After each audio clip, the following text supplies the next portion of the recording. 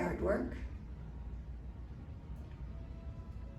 Maintenance, yes. I don't even have to change the batteries in my smoke alarm. Certainly in my social life, I'm still managing that myself. But I was very it's mostly in terms of my physically and in my environment that I have been happy to have a good deal less responsibility. Basically all I do is let them know. That's good. That's great. And I think a lot of people don't know that. They think that they'll be still carrying some of those responsibilities with them, but it's nice to be able to make a phone call and say, hey, come fix this. Yes. Right? Yes. And the maintenance that you had done, was that easy to get accomplished, or did you have to be on a list or make numerous calls, or? Where I've been staying, it's a matter of they have forms, the papers at the main desk, and you fill one out. And depending if it's something urgent, like my toilet won't flush, they're there that day. If it's I need a new light bulb in my in one of my ceiling fixtures, it might be a couple days, but I never had to ask twice. Yard work. Yard work. I mean, Yard pool even at our previous home, I had mowed the grass. We hired somebody to come mow the grass because I realized I didn't need to be out there when it was 100 degrees mowing the grass. So, but still, there was a lot of upkeep. And of course, taking care of the swimming pool is a never-ending chore. So we don't have to do that anymore. There's a swimming pool here that we can go and swim in. So that's one of the big things is the yard work and the house upkeep kind of things. Well, I think also having a newer house makes a difference. It does. You have the warranties right now still to fall back on. Mhm. And they're doing the front lawns. They're doing the back. They do it all. They They're mow doing all it the all now. lawns, the irrigation of the lawn and the gardens. They come around twice a year and they put different flowers in That's front. good. That's good. Well, I can think of one of the things that you've released, which we talked about earlier, is that you're not having to mow the lawn anymore. Well, that's true. Every Monday, the land people across the street come over with their 100-mile-an-hour lawnmowers and zip, zip, zip, zip after mow the yard. Take care of the flowers. They've planted oak trees all over the place, and it's just wonderful. Well, I think that in itself makes the term lock and leave very real. Yeah. That you can still appreciate all those things, you're just not having to physically do them because you got other things you want to do. Yeah.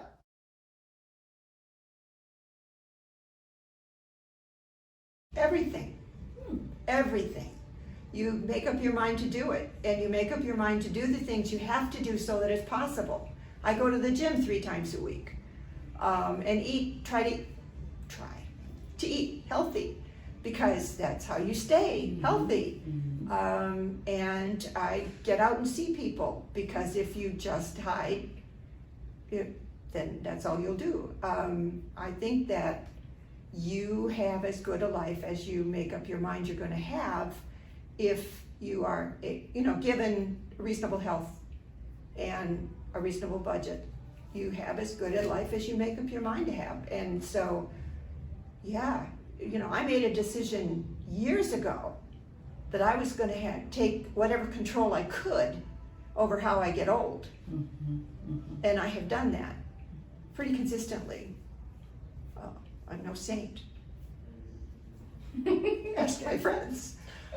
But I think it's paid off. Trying not to feel old. I have a hobby that's all consuming, and we're around people at church a lot, which helps, both young and old.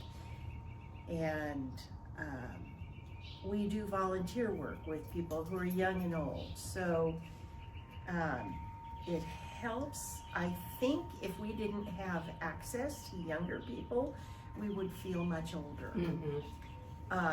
Because you can get sucked into having I'm in an international group of Canadians and U.S. citizens who get together every 2 weeks on Zoom and talk. And some are older than me, and many are younger than I am. But you know, the older folks will talk a lot about their physical ailments and their surgeries and stuff. And I don't want to be like that in a social setting. Right. I don't find that much here. Even when we're at social activities, I don't find people doing that. In general, people here go a lot and travel a lot. That's why they're here in this community, because they want to travel. So we have a fine example in that. I think it has a lot to do with it. The people here that are most content and satisfied are the ones that don't say, my mother put me here. Those people are the ones that find fault with everything. They're miserable, they're unhappy to be around. And I have had mottos every year since we've been here. The most recent one, I said, if you wake up with no expectations, then you're not disappointed.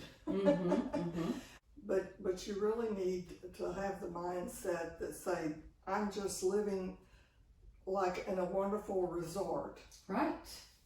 Good point. Or in a regular apartment building, and that it's not a nursing home, it's not an old person's, for old folks. It's just a wonderful place that I can release responsibilities that are becoming more difficult as we age.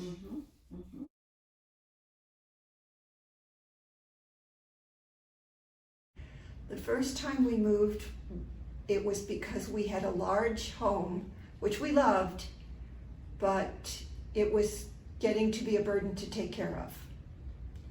And my husband's partially disabled, so he had neither the physical ability nor the ambition to do any of the chores that you need to do to take care of a good home. The house that we lived in before was a 2-story house, and it had a small yard, about a quarter acre, and a swimming pool, which we loved, but it was very expensive energy-wise, and even with a small yard, it was a lot of upkeep. And we realized that it wouldn't be long before the second floor of our house was inaccessible, because we wouldn't be able to go up and down the stairs. So that was one of the reasons we needed a single-story house. And That's someplace that didn't cost so much to keep up. A pool and a yard and the energy bills, we just knew that it would be hard retiring and keeping up with all that. Right. I was in a panic because of his memory loss, and I knew we could not live where we were. I had medical issues. I had been wrongly diagnosed with Parkinson's. So I was in a panic about that because I knew that could be fatal. And it just looked like the answer to our situation.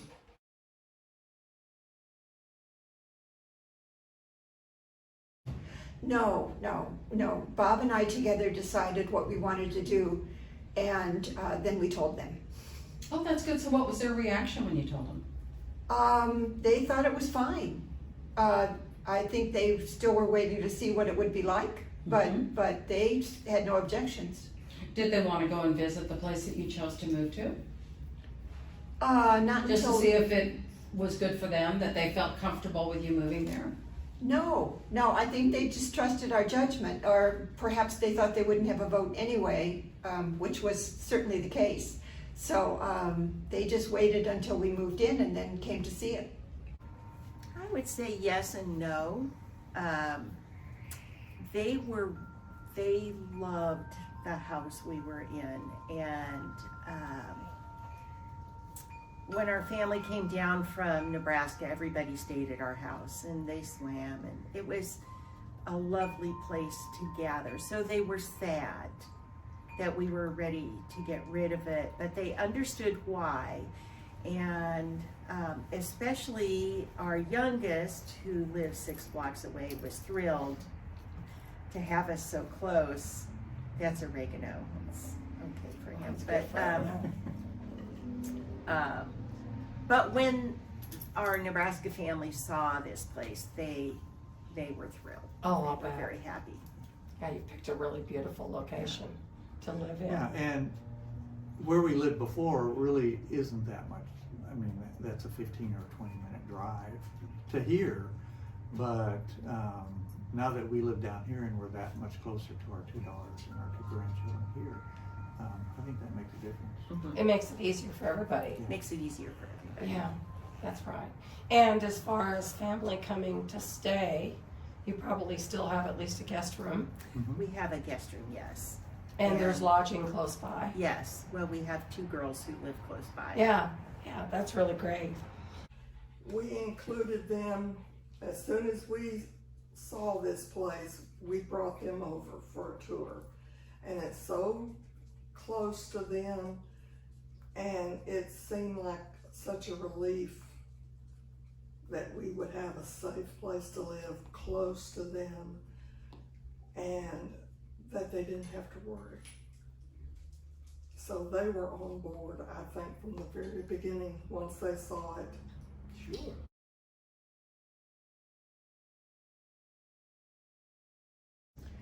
That would have been a frying pan fire thing if we'd moved to another house. We wanted to go somewhere where we had no responsibility beyond our 4 walls.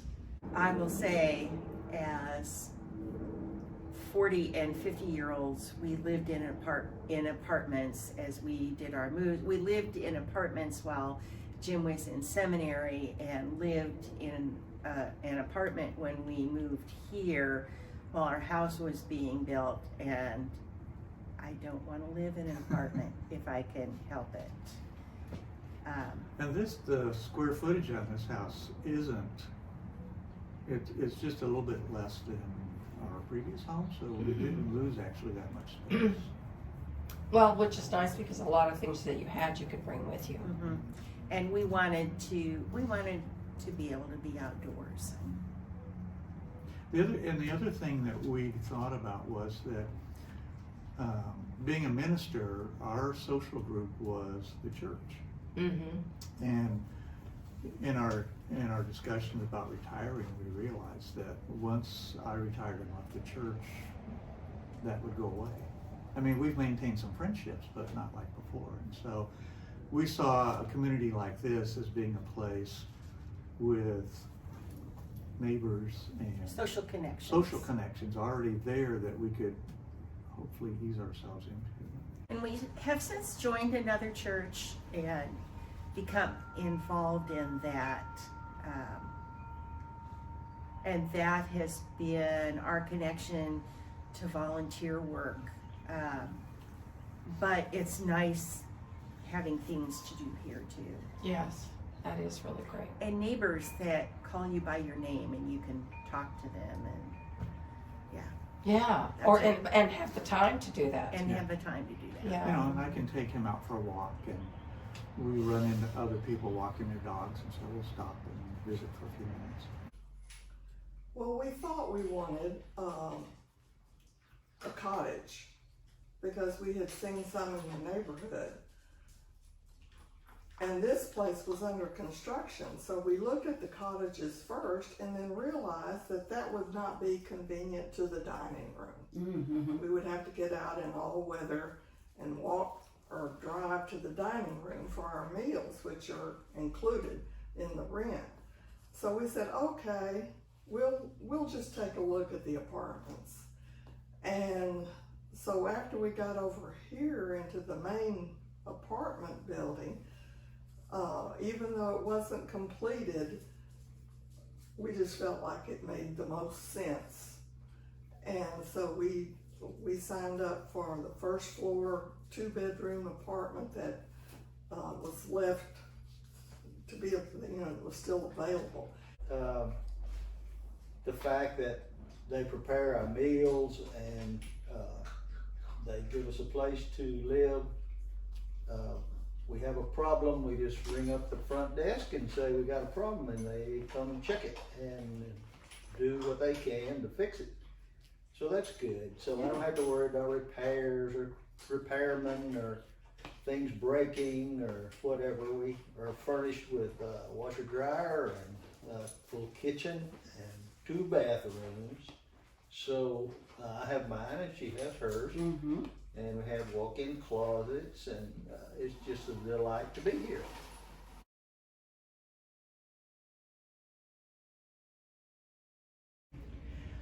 We moved to a senior community and they had all kinds of social activities. This was pre-COVID. Right. Games, bingo, trips to restaurants sometimes. There were a variety of things offered, as well as they have a dining room. And so you could eat meals with, other people. I had thought that would be wonderful for my husband, because since it was hard for him to get around, having a built-in community I thought would be really a good thing for him. And he didn't take advantage of that as much as I'd hoped he would, except for these water aerobics, which they offered 3 days a week. And that he loved, and he did it until COVID stopped it, and then as soon as COVID let up and they could start it again, he went right back to it. That's great. And he also would often have breakfast over in the dining room with friends. Well, and how about you? I did not feel quite so attached to that place. I have a lot of friends outside of that place, and I was mostly focused on the activities I was doing with them. And I don't like games particularly. So that wasn't so. But I was so happy that it was good for him that I was quite content to stay there. Well, and just that being said, knowing that he was comfortable with the new living arrangement, the new location, and the activities there, probably made it easier for you to be able to enjoy other things or more with your friends outside of there. Yes, I would think. I felt comfortable doing some traveling, and I was, and I was out seeing my friends, going to museums, that kind of thing. That's good. That's Whenever great. I wanted to. I have to say, retiring during the pandemic changed how we thought this was going to go. I was planning on being involved in activities here, but everything shut down, and so we didn't have a lot of opportunity. I joined the book club here because we were Zooming, and we did get quite involved with our church, again because it was Zoom, and with volunteer work through the church because we could do it safely. And so that changed how we did things. While I was working, we participated in a social event every week on Monday evenings called Mellow Mondays, when we would just all get together at the activity center and bring our own beverage and share appetizers or whatever, and it was wonderful. But again, during the pandemic, everything shut down. So that's why I don't know everybody in the neighborhood, because I did not have an opportunity to know people prior to the pandemic. Has it picked up since? It has, some for me, but we've since gotten involved with taking care of the children and the volunteer work we do at church. So we can't participate as much in things here. Your schedule filled up. Because my schedule filled up with other things during the pandemic. And they, they have gone on cruises, so they'll get a group together and they'll go on a cruise. We'll have occasional Dinners at a restaurant. dinners at a restaurant. On holidays like Memorial Day, they had a outdoor picnic up at the activity center. There's card games, probably every card game except maybe Go Fish. They've got a group that plays cards. And Jim. I finally joined the canasta Yeah. group because when we canasta. were little, our mom played canasta. Me too. And recruited us, the three boys, to play canasta with her. So I thought, well, I'll give it a try. I didn't remember anything about it, but I'll stick with it. Yeah, that's good. That's good to hear. I think they have groups of both men and women that go off and play golf. Neither one of us golf. So And we don't golf. pickleball. Yeah, they have a pickleball court and That's big. very Yes, active, I've heard very it's active big. group that plays pickleball. I think Randy Foltz likes pickleball quite a He bit. does. Yeah. I connected with quilters in the community, and so I joined a small group. I was invited by one of them to join a small group, and we make donation quilts. And we've, since the pandemic has eased some, we have done retreats together, and so I've connected with most of the quilters here. Well, when we first moved here before COVID, we had a wonderful activity director, and she had something for us to do every day. As far as interacting with the other residents or just anything we needed to do on our own. And so, there was never, you could be as outgoing as you wanted, or if you wanted to be a hermit and not see anybody, you had that option. But there were opportunities for games and bingo and exercise and yoga and swimming, and so there's always something to do. I think the social aspect of being in the building versus in the cottage makes a difference as well, because you're still independent all the way around. But if you're in the cottage, you may not be as aware of things that are going on. Yeah. Whereas when you're in here, you can just walk out the door to go to them. Living in the cottage, you could be in Alaska, we're a separate world over here in the main building. We've observed that for others that had moved into the cottages, especially the ones that are not the closest. They feel left out, and they have to get in their car to come eat. Oh, wow. Okay. So, because, it's just a little too much to walk for a lot of it. That's a couple of 100 yards from the furthest. Yeah.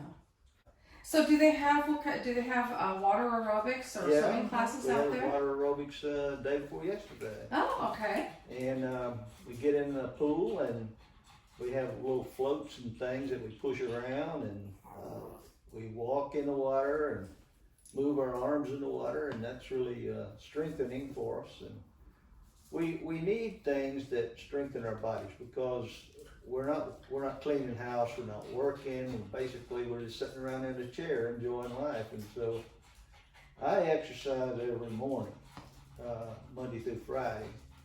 And here we have television programs that we watch that are exercising and yoga. Oh, good. And, yeah, we do about an hour a day of exercise 30 minutes and yoga 30 minutes. So Wow. we stay very active. We That's have an great. But exercise. the trail doesn't do that. I use the bike in the exercise room. Okay, that's good. Yeah, we have an exercise room with machines and weights and things that we can go lift them. That's good. A little cardio. Yeah. Yeah, Mhm. that's really good. And we can walk the hall in any kind of weather. Which I love. Yeah. Yeah. Yeah.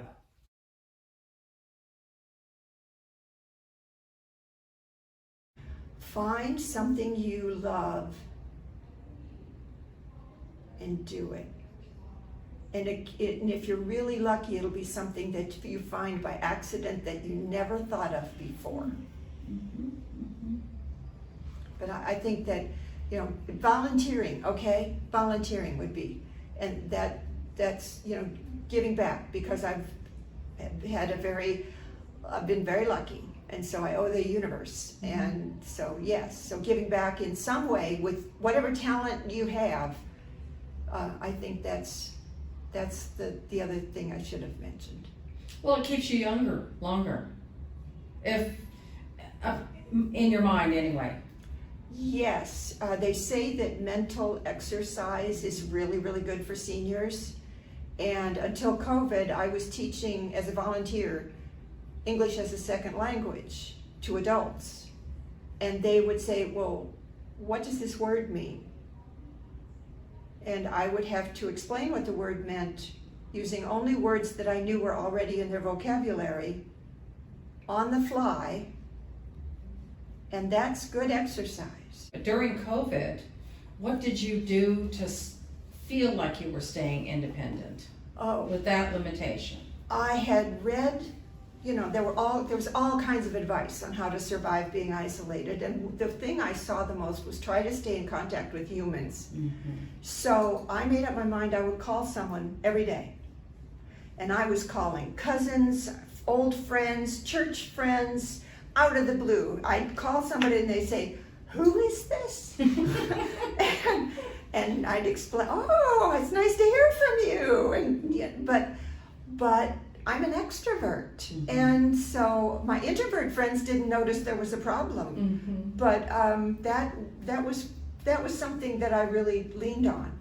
And it took a certain amount of overcoming a little bit of discomfort sometimes. Should I really call this person? But I was always glad I did it. If I just recently got hearing aids, and talking with the audiologist who was working with me, we were talking about battery life on the hearing aids, and she said, well, she's got one client who sits home all day and watches television, and his hearing aids die about halfway through the day. Oh, wow. Because that's all he does. He sits and watches television. So I mean, that's a reminder that that's not what I want to do. I mean, there are times when we'll sit and watch TV in the evenings, but other than that, I want to be up around the house doing things. Well, and again, we have done our homework over the years. Coming from a medical background, I read the studies about who does well in retirement, well physically in retirement, and it was being engaged socially and maintaining activities. And so we found a church, we found this community, we found meaningful volunteer work, and that consumes me for 10 hours or more a week, and we have hobbies. And after our two dogs passed on, we were a couple of months without a dog, and we kept thinking, well, should we get one or shouldn't we get one? And on one hand, it was really nice not having that extra responsibility, but then we also thought, a young dog is going to keep us busy. That's right. And I'm going to be out walking that dog 2 or 3 times a day, and so yeah, he will keep us young. Besides our grandchildren. So your advice to someone is Have stay grandchildren. active. Have grandchildren. And a dog. And a dog, but And volunteer activities. meaningful volunteer activities. If you don't stay active, your body deteriorates, and you find yourself subject to all the diseases that come through because you haven't got any resistance built in your body. It also keeps you healthy and wealthy to have new friends, and you develop many new friends in a place like this. Everyone's open and welcoming, and they're willing to tell you their life story, So you become the recipient of many new friends, and that's what I appreciate in them. What I would advise anybody that's even thinking about this, don't put it off. Make this choice now that you have the choice, and nobody else is gonna have to make it for you. While you're still active, you find the place that fits you. Don't wait until in this medical emergency. Yeah. That's my advice. And get somebody named Sullivan to help you.